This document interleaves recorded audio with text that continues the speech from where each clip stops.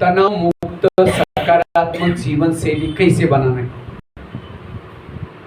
उसके लिए सबसे पहली बात है, अगर मुझे सकारात्मक बनना है, तनाव से मुक्त बनना है, टेंशन फ्री बनना है, उसके लिए कर्मों के घुई गति को याद रखो। आज कईयों को लगता है मुझे विचार इसीलिए चलते हैं, मैं इसके रास्ते में कभी जाती नहीं, मैंने इसका बुरा कुछ किया नहीं, फिर भी ये मेरे साथ ऐसी क्यों करती, इसीलिए मुझे टेंशन आता है। टाली कभी एक हाथ से नहीं बजती, टाली के लिए कितना चाहिए। अगर कोई व्यक्ति आपके साथ उल्टा सुल्टा करता है, इसका मतलब आपने भी कभी किया था, भले ही जन्म में नहीं किया लेकिन कोई ना कोई जन्म में जरूर किया। एक संसार की बहुत बड़ी सीक्रेट बात आपको सुनाता हूं, आपके घर के जितने भी लोग हैं, कोई आपको देने के लिए है, कोई आपसे लेने के लिए है। पति है, सास है, बच्चे हैं, लेना देना पूरा हो गया, सब चले जाएंगे। इसलिए जो इस कर्मों की घुई गति को समझता है वो कभी टेंशन में नहीं आएगा। समझो चलते चलते किसी ने गाली दी, जिसको कर्मों का ज्ञान है वो क्या सोचेगा, अच्छा इसका भी बहुत दिन का बाकी था, पूरा हो गया, कोई विचार नहीं है, चलेगा। आज कोई सास है, बहू को तंग करे, परेशान करे, कभी कभी तो ऐसी बहू परेशान होकर के सुसाइड भी करती है। आत्मा कभी सुसाइड, अगर किसी को दुख देंगे वही आत्मा अगले जन्म में फिर आपको दुखी करे। बरसात आते छाता लेके चलते, गर्मी है एसी कूलर लगाते, ठंडी है गर्म कपड़े पहनते, प्रबंध करते। इसी तरह व्यर्थों का भी प्रबंध करो। वैसे तो तनाव को इंग्लिश में क्या बोलते हैं, टेंशन। टेन मतलब कितना, 10, और सन मतलब बच्चे। टेंशन मतलब 10 बच्चे, पहले तो 2-4 हैं, फिर 10 होंगे। किसी के 10-12 बच्चे हैं, माँ बाप जब शांति से बैठेंगे, एक कहेगा पापा जी मुझे कपड़े चाहिए, अब उसको भगा दूसरा कहेगा पापा जी मुझे परीक्षा की भी देनी।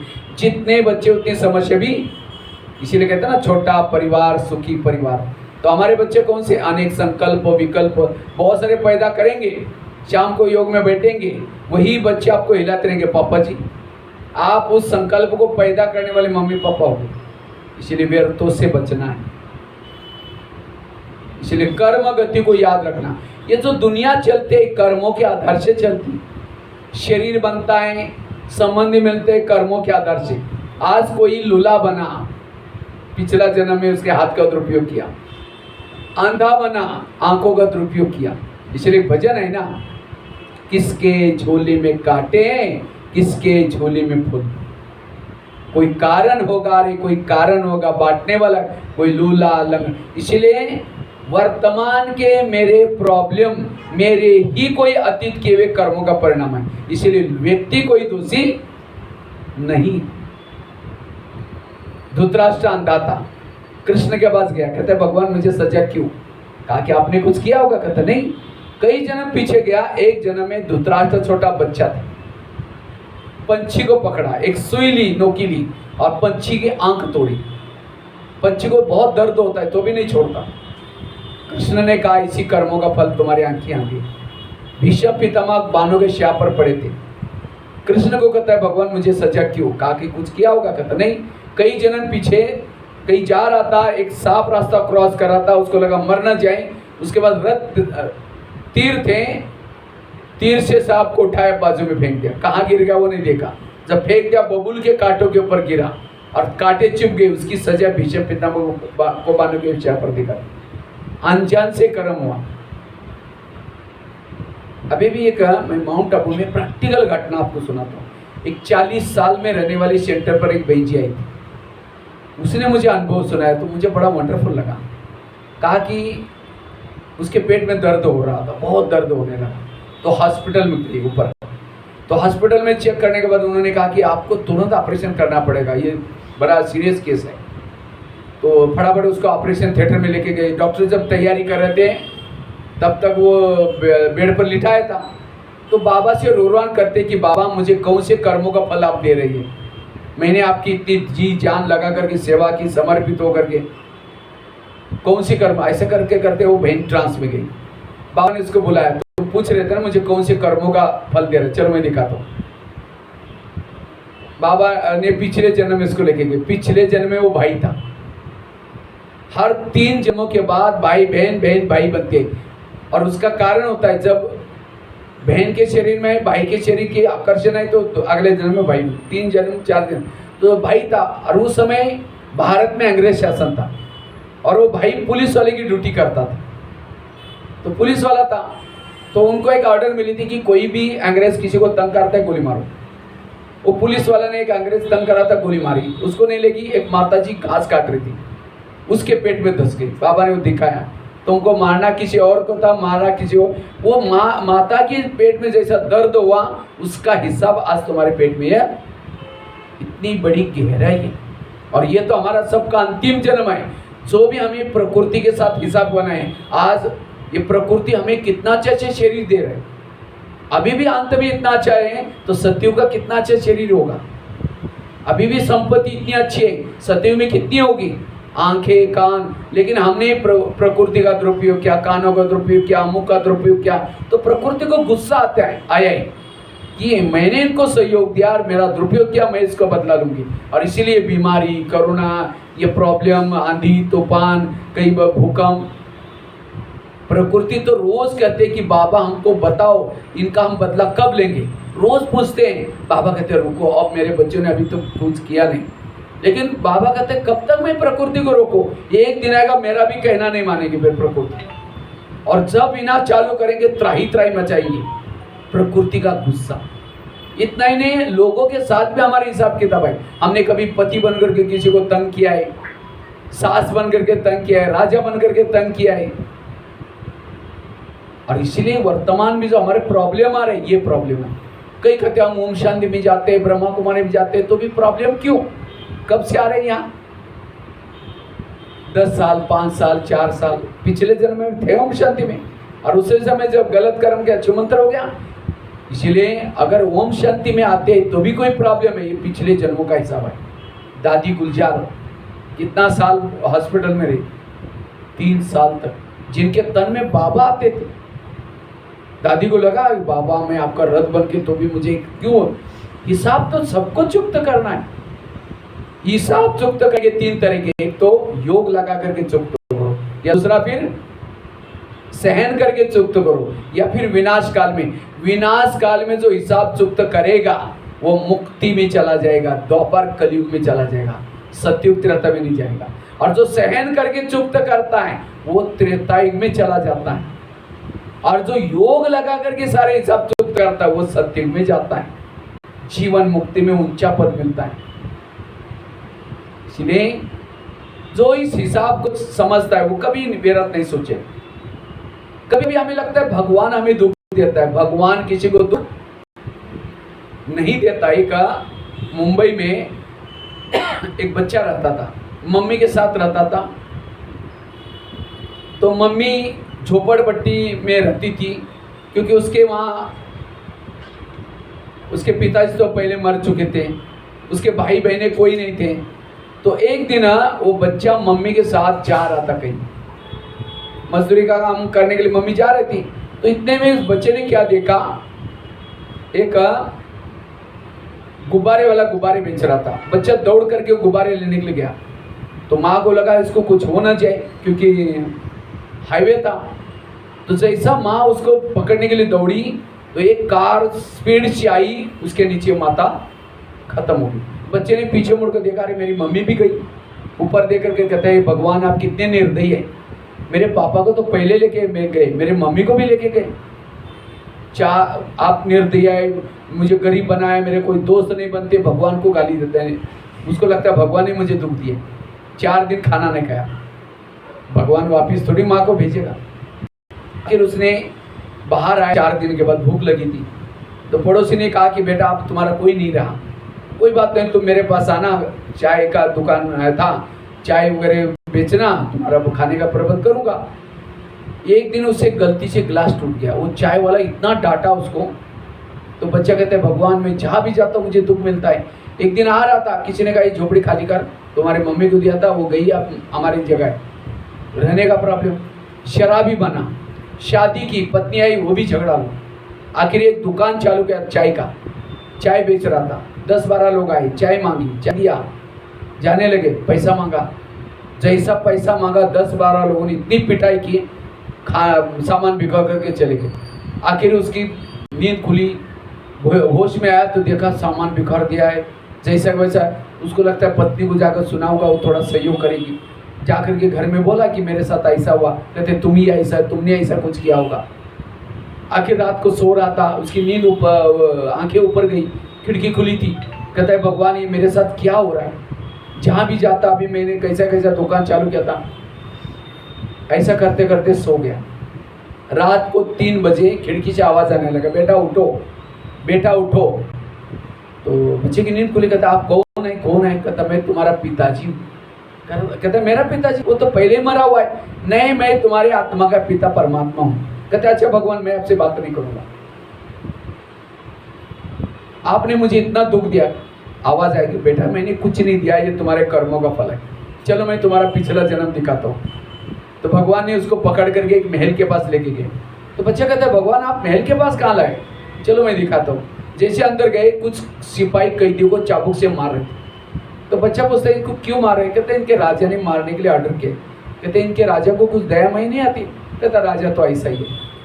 लेकिन भगवान ने कहा ये कैदी कौन है पता है? जी चाय वालों ने, चाय पीने के लिए आए थे 10-12 लोग, जिन्होंने मारा था उसका एक कैदियों का पिछला जन्म। फिर कहता मारना चाहिए, बड़े खराब थे। जैसे आगे गया, राजा बैठा था, मंत्री बैठे थे, मदिरा पी रहे थे। एक बच्चे से ग्लास मंगवाया था, बच्चा देरी से आया, राजा बहुत डांटता है उसको, ग्लास टूट गया और डांटता है। तो बच्चा पूछता है, वो कहता है भगवान इस बच्चे को क्यों डांट रहे हैं? कहता है राजा का स्वभाव ही ऐसा है। लेकिन भगवान ने कहा ये बच्चा कौन है पता है? जी चाय वाले ने तुमको डांटा था, उसका पिछला जन्म। फिर कहता डांटना चाहिए। जैसे आगे गए, एक अंडरग्राउंड में एक व्यक्ति बैठा था, बेड़ियाँ डाली थी, कपड़े फटे थे, ऐसे खाना फेंका था उसके सामने। तो बच्चा पूछता है भगवान ये कौन है? कहता राजा का बड़ा भाई। कहता बड़े भाई के साथ ऐसे ही राजा ने किया? कहता ये राजा बनने वाला था, लेकिन इस कुर्सी के चक्कर में इसने क्या किया, इसको अंडरग्राउंड में बंदी कर दिया और ये खुद राजा बना था।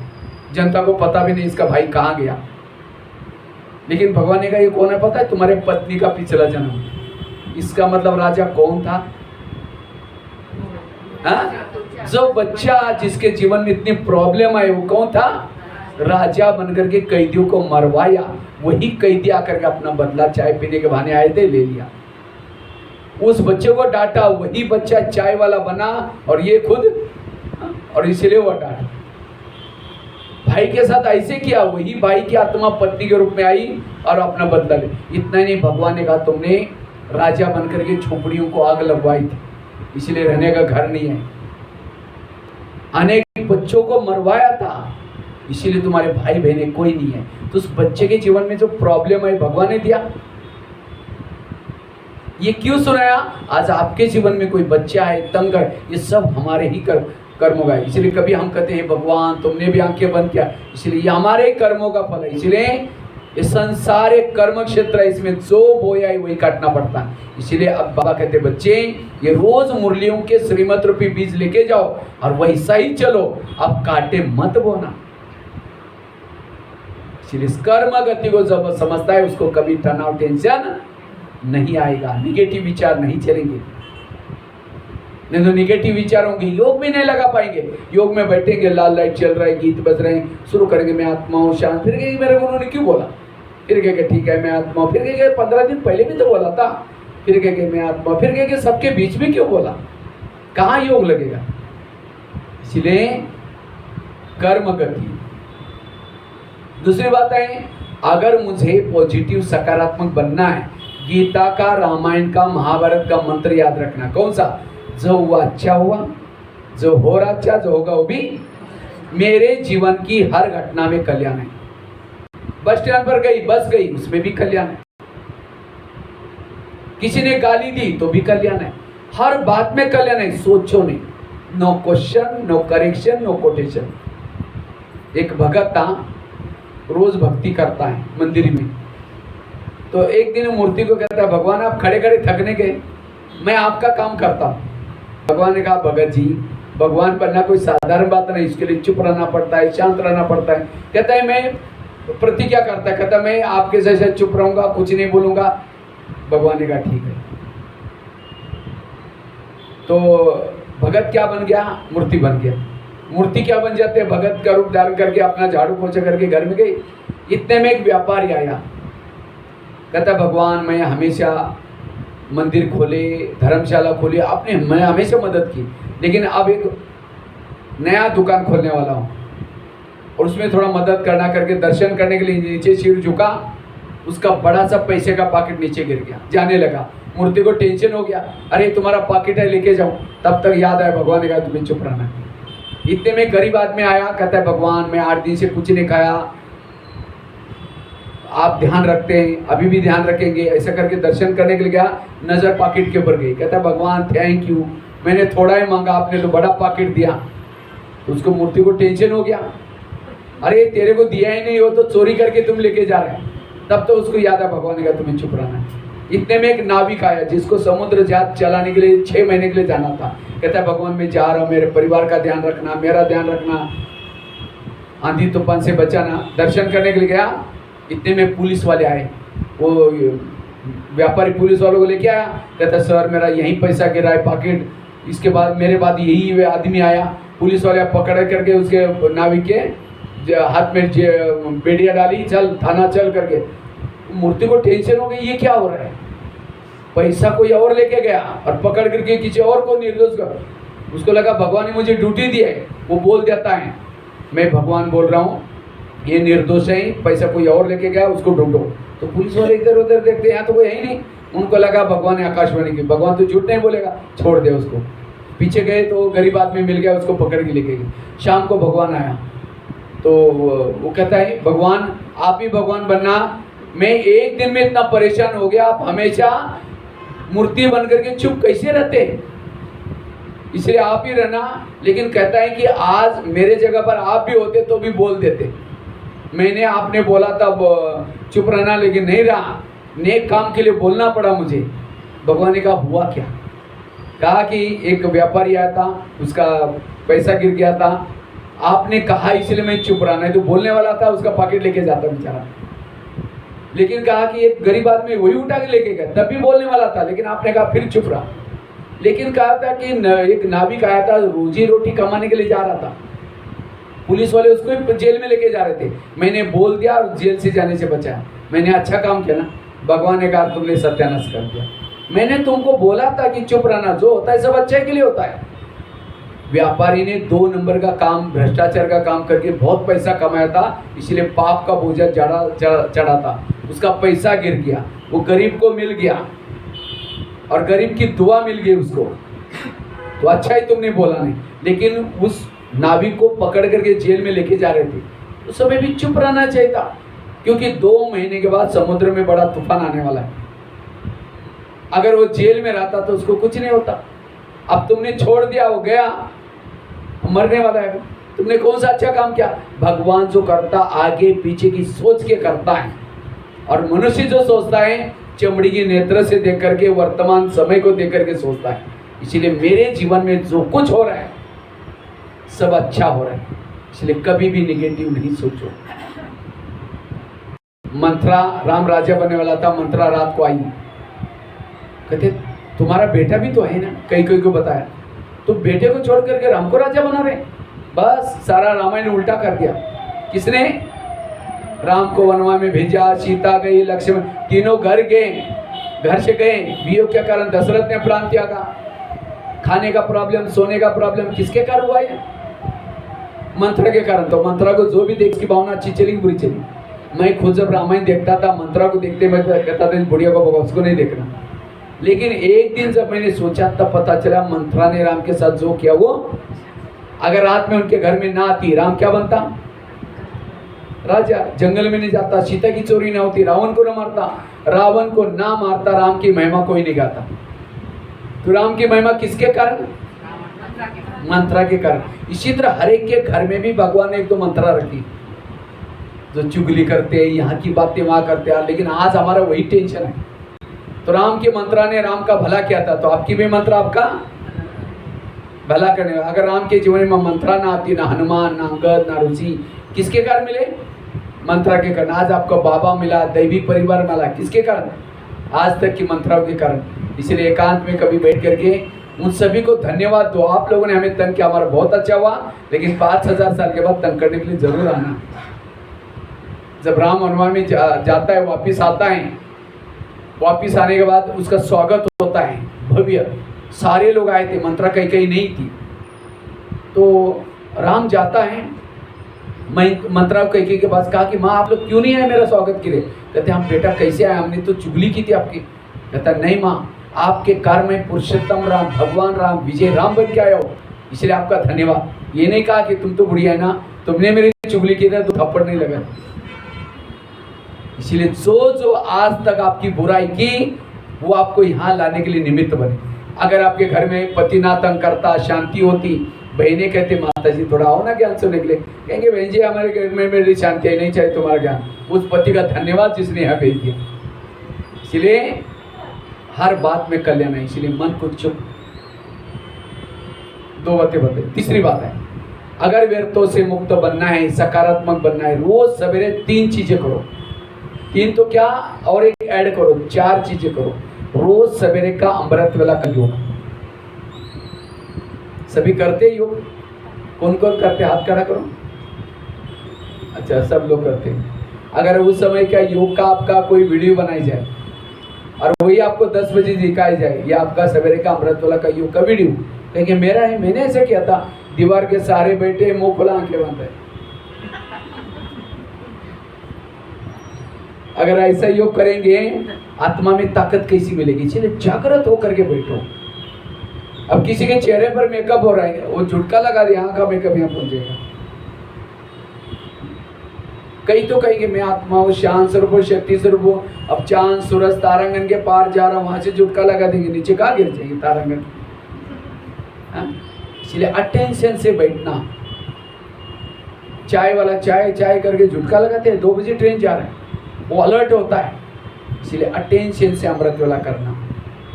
प्लस क्लास कितना बजे होती है यहाँ सवेरे? 9 बजे। अच्छा, बेफिक्र बादशाह। जितना सवेरे नहाते हैं उतना मजा अच्छा लगता है। चलो फिर भी आप लोगों का जैसा भी समय, लेकिन कोशिश करके अगर जल्दी करो तो और अच्छा है। आधा घंटा आकर योग करना मुरली सुनने से पहले, और फिर बाद में मुरली सुनना। खेती में बीज डालते बिना हल चला करके डालते हैं, तो आधा घंटे का योग जरूरी है। इससे यहाँ का वही मंडल अच्छा बनेगा, संगठन का योग वही मिलता है। और साथ में मुरली सुनना। मुरली भी कहाँ सुनना है? मुख्य सेंटर भी पास में, 5 मिनट का रास्ता पैदल। हाँ, फिर तो अच्छी बात है। आलस कर रहे हैं, कोई नहीं आ। हाँ, इसलिए कई क्यों नहीं आ रहे हैं? कहते बहन जी हमारे घर में तो खेती में ये क्या करना पड़ता है, कहेंगे हमारा दुकान खोलना पड़ता है, कई कुछ ना। लेकिन नहीं, हमें जितना आलस, क्योंकि ये बहुत बड़ी कमाई है। एक मुरली की कीमत लाखों करोड़ है। आप कहेंगे पैसे देते हैं? पैसे नहीं देते। स्कूलों में टीचर स्टूडेंट को पैसा थोड़ी बांटता है। क्या बांटता है? ज्ञान। जितना बच्चा पंक्चुअल आएगा, उतना उस बच्चे को क्या होता है, नौकरी भी कैसी लगेगी? अच्छी लगेगी। और नौकरी भाई में पास अच्छा मार्क जो फिर भी अच्छी लगेगी, फिर पैसा खूब आएगा। पैसा क्यों आया? पढ़ाई अच्छी पढ़ी। इसी तरह बाबा ने विद्यालय खोला है युग परिवर्तन के समय में, और यहाँ बाबा पढ़ा रहे हैं। यहाँ जितना रेगुलर पंक्चुअल आएंगे, संस्कार व्यवहार बदलेगा। फिर सतयुग में जाएंगे, सतयुग में ऊंचा पद मिलेगा, सोने के महल मिलेंगे। एक सोने के महल की कीमत कितनी होगी, और 21 जन्म सोने चांदी के महल मिलने वाले। इसीलिए उस दुकान से भी पहले यहाँ आओ, अपने 2 कान खोलो। वो तो एक ही दुकान है, या कितने कान है? 2 कान। उस दुकान से कमाए हुआ चोर लुटेगा, आग जलाएगी, पानी डुबोएगा, लेकिन इस 2 कान से कमाए हुआ चोर लुटेगा नहीं। इसलिए रोज हमें क्या करना है? ये पढ़ाई पढ़नी है।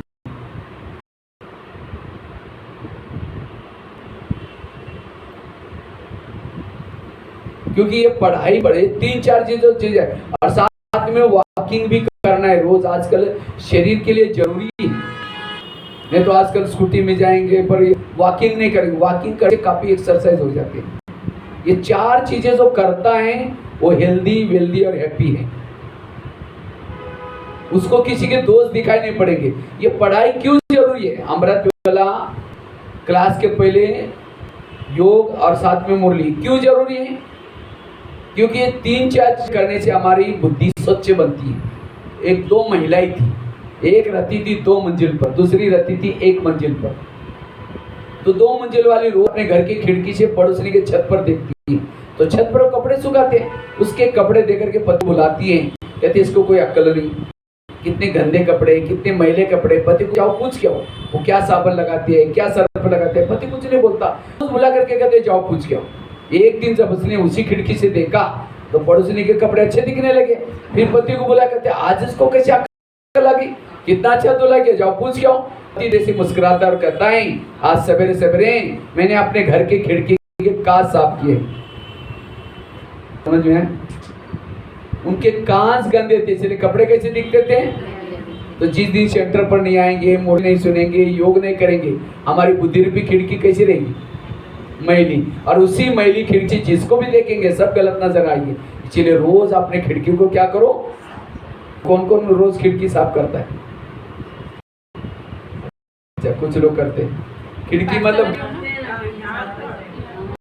हाँ यहाँ ही आना, खिड़की मतलब घर की नहीं। कई लोगों ने सोचा घर की खिड़की, सेंटर नहीं जा पाते हैं, गीता पाठ से आना, ये भी खिड़की साफ हो जाएगी।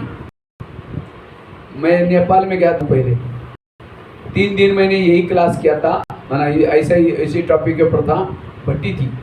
तो दूसरे दिन कुछ माताएं आई नहीं क्लास में, तीसरे दिन आई। बहनों ने पूछा क्या बात है, कल क्यों नहीं आए? वो भैया कल कहा था ना खिड़कियां साफ करो, हम कल सारा दिन खिड़कियां साफ करने में लगे। मैंने कोई घर की खिड़की नहीं बोली थी। कई बार हम ज्ञान को उल्टा कर लेते हैं। एक भाई ज्ञान में चलता था 4 साल से, एक बार होटल में गया, समोसा मंगाया। समोसा जानते हैं ना, मैदे को बेलते, आलू भरते, तलते, उसको समोसा बोलते, सिंगाड़ा भी बोलते। समोसा मंगा करके मैदे का छिलका निकाल करके फेंकता है, आलू खा रहा था। मैनेजर ने बोला मैदा पसंद नहीं करता तो करता हूँ, लेकिन आजकल मैं ब्रह्मा कुमारी आश्रम में जाता हूँ, उन्होंने कहा कि बाहर खाना, इसलिए बाहर का निकाल करके।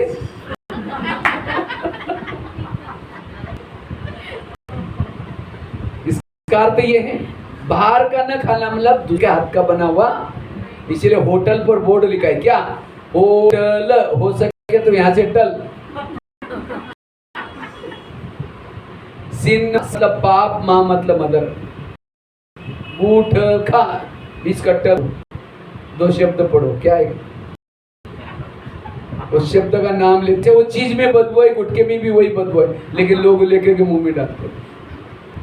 कोई सुन लेता है, मैं स्कूल में कभी सुनाता हूँ, सारे बच्चे एकदम, कई तो अपने जेब में फेंक देते फटाफट। इसलिए अर्थ का भक्ति कोई गलत नहीं। भक्ति में, भक्ति मार्ग में कहते हैं भगवान का उपवास करो, भगवान प्रसन्न हो जाएगा। कौन सा उपवास? वो मतलब नजदीक पास बना रहना, परमात्मा के पास रहना, इसको कहते हैं उपवास। लेकिन लोगों ने कहा कौन सा उपवास किया? पेट का उपवास किया। बलि चढ़ाओ, कौन सी? मई की बलि चढ़ाओ, लेकिन लोगों ने बकरी की बलि चढ़ाई। घर का त्याग करो। घर मतलब शरीर आत्मा का घर, इसको भूल जाओ, मत समझो। लेकिन लोगों ने वो घर छोड़ के जंगल में गए। घर में लक्ष्मी आएगी, लक्ष्मी आने के लिए क्या करते हैं? लाइट लगाते हैं और क्या करते हैं? सफाई करते हैं। आई लक्ष्मी, अब लाइट लगाएंगे, लक्ष्मी कैसी आएगी? लक्ष्मी का वाहन है उल्लू, उल्लू को लाइट में दिखता ही नहीं। फटाका बजाएंगे, उल्लू घबरा करके लक्ष्मी को कहीं और लेके जाएगा। मुझे लगता है दिवाली के समय पूरा शहर की लाइट बंद कर चुपचाप बैठो, लक्ष्मी आ जाता। और उसी दिन गवर्नमेंट भी लाइट नहीं काटता। कहा कुछ किया कुछ। तो बाबा जो सुना रहे वो ठीक है या दुनिया में जो कर रहे वो ठीक है? इसलिए कृष्ण जन्माष्टमी मनाए ना। कृष्ण को क्या बोला? जब नहाने के लिए जाती थी गोपिका, वस्त्र चुराता था। बताओ, अगर कोई छोटा बच्चा ऐसा काम करेगा उसको कैसे भगवान मानेगी? इसका अर्थ है ये ज्ञान को स्नान कहा जाता है। हमें ये तालाब है, गीता वर्षा क्या है?